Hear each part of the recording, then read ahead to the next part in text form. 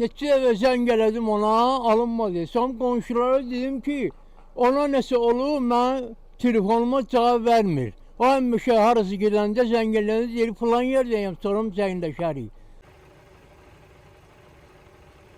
Sumqayıtda 66 yaşlı kişinin meyidi tapılıb. Hadisə Qurddərəsi bağları yaşayış massivində qeydə alınıb. Belə ki, Cabir Abdullayevin cansız bədəni onun yaşadığı fərdi evdə aşkarlanıb. Qonşular tərəfindən hüquq mühafizə orqanlarına məlumat verilib. Onun bir neçə gün öncə öldüyü bildirilir.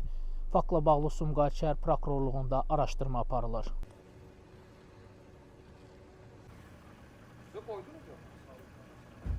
Neçə uşağı var idi?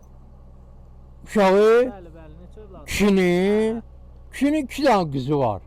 Biri Sabunçu tərəfdə olurdu, haradasa, bilmirəm, sən bir şey oraya gedir. Biri də şəhərdə olurdu, deyəsən. 2 qız. Necə? Tez-tez gəlirdilər ataların ziyarət eləməyə. Yox, gəlməklərini görməmişəm. Gəlmirdilər. Bu gedirlərmiş orada. İyi çək.